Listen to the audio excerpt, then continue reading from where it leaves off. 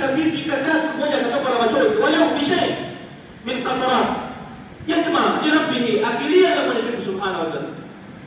Kuna ndugu zetu Palestina, Gaza, bil qalbi naam, ikiwezekana bil abdani, yani bimari wa nafsi, barakallahu fik.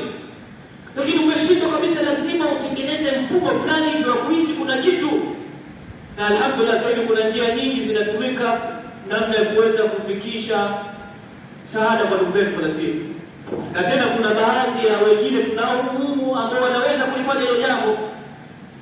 Msaada ukafika kwa ndugu zetu. Na usije ukasema mimi sio, kwa sababu wewe ndio umeshamana ndio tayari wewe hutakuwa ni mas'ul, hata kuwa mas'ul baba yako mama yako, hapana.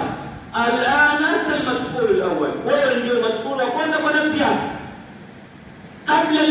qabla al-ustad, qabla al-ab wal-wa tayari umeshaanza kuchukua thawabu au kuchukua madhambi. Mungu atusikie. Sasa ni kweli mpaka leo kuna mtu hajaweka mfumo wa kufanya dua kwa ajili ya ndugu hawa Palestina nasi ikhwa, akasimama raka mbili akatoa sadaka nayo nipate 2000 1000 hii na sina uwezo, lakini inshallah kwa na Mola wangu. Ahbab, ikipatikana juhudi ya nyoyo thabiti, mara nyingi utekelezaji unakuja kwa wepesi. Siku moja Mtume Muhammad sallallahu alaihi wasallam, Allahumma salli ala nabi, Allahumma salli ala nabi, Allahumma salli alayhi, kana fi sayr, na maswahaba wakienda kupigania Mwenyezi Mungu. Ilikuwa ni lazima upate ratiba kama hiyo. Wameenda safari ikawa kubwa, wakifika mahala ikabidi wapumzike. Alayhi salatu wassalamu wa ahbabu masahaba.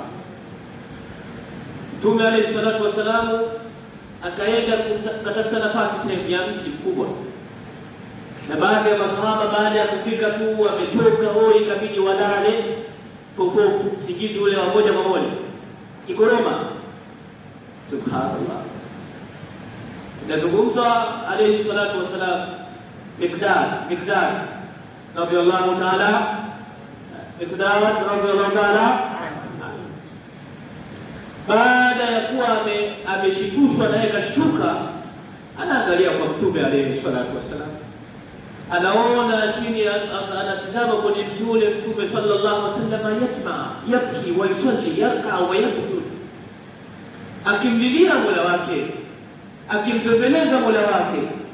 Maswahaba wamechoka kwa mwili, lakini Mtume alayhi salatu wasalam pamoja na kuwa kachoka kimwili, lakini hakuchoka kimoyo. Sallu ala nabi, sallu ala nabi, sallu ala nabi, Allahumma salli alayhi. Bil munasaba akawa rahmatan lil alayhi salatu wassalam, anaonekana katika macho ya Miqdad, ya subhanallah, hadha rasuluna alayhi salatu wassalam, al-umma naima, umma umelala, umma umechoka kwa mwili. Lakini abadan alayhi salatu wassalam hakuwa anaruhusu kuchoka kimoyo.